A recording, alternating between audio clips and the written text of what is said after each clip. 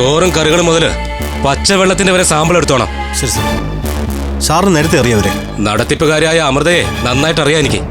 മുമ്പും ചില കേസുകളിൽ പ്രതിയായിട്ടുണ്ട് അവള്. സ്വാധീനം വെച്ച് എന്റെ കയ്യിൽ നിന്ന് വഴുതി പോയതാ. ഇത്തവണ അങ്ങനെ ഉണ്ടാവരുത്. പൂട്ടിയിരിക്കണം. ശരി സാർ.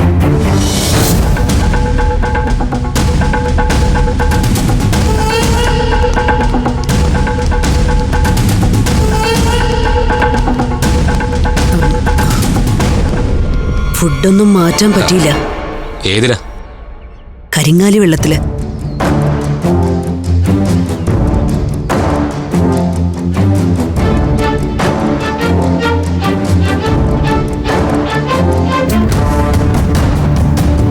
നാട്ടുകാരെ മുഴുവൻ വിഷം കൊടുത്ത് കൊല്ലാൻ നോക്കിയതാണോ അതോ അച്ഛന് വെച്ച കെണിയിൽ നാട്ടുകാർ പെട്ടുപോയതാണോ? എന്റെ പിള്ളേർ അങ്ങനെയൊന്നും ചെയ്യില്ല. നിങ്ങളാരാ? ഞാനിവരുടെ അമ്മ. ഈ ഹോട്ടലിന്റെ ലൈസൻസ് ആരുടെ പേരില? എന്റെ പേരില.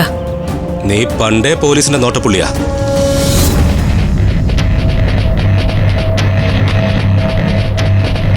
ഏതാഹാരത്തിലാ വിഷം ചേർത്തത്?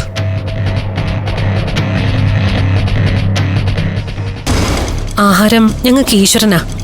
അതിൽ ഞങ്ങൾ ഒരു മായവും ചേർക്കില്ല. ആരോ ഞങ്ങളെ ചതിച്ചതാ. അത് സാർ കണ്ടുപിടിക്കണം.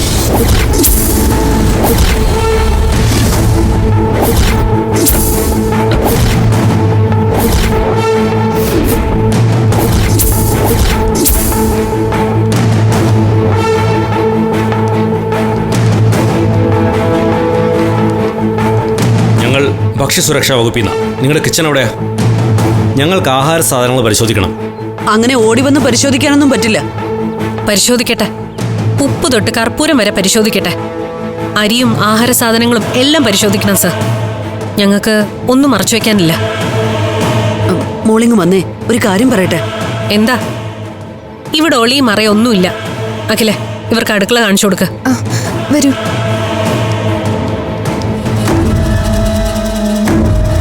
മോളെ, എന്തെങ്കിലും കാര്യമില്ലാതെ കലയമ്മ വിളിക്കില്ല. വന്നേ, പറയട്ടെ. എന്താ രഹസ്യം? എനിക്കെന്റെ മോളോടൊന്ന് സംസാരിക്കണം.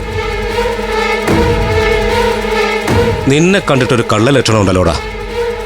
നീയാണോ വിഷം ചേർത്തത്? അതെ, സാറിന്റെ ഈ നീക്കങ്ങളൊക്കെ വളരെ നന്നായിട്ടറിയാം ഞങ്ങൾക്ക്. സത്യാവസ്ഥ വിളിച്ചു തരുമ്പോ ഗൂഢാലോചന കേസിൽ സാറും പ്രതിയാവാൻ നോക്കിയാൽ മതി.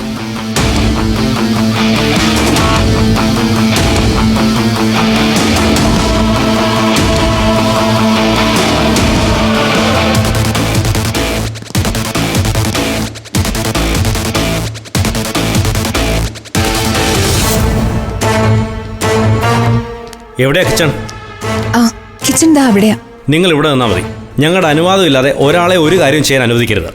ശരി. സർ, ഞങ്ങളുടെ സഹായം വേണം. വേണം. പക്ഷേ നിങ്ങൾ ഇവിടെ നിന്നാൽ മതി. ഒരാളെയും ഒന്നും എടുത്തു മാറ്റാനോ തൊടാൻ പോലും സമ്മതിക്കരുത്. Okay sir. വാ.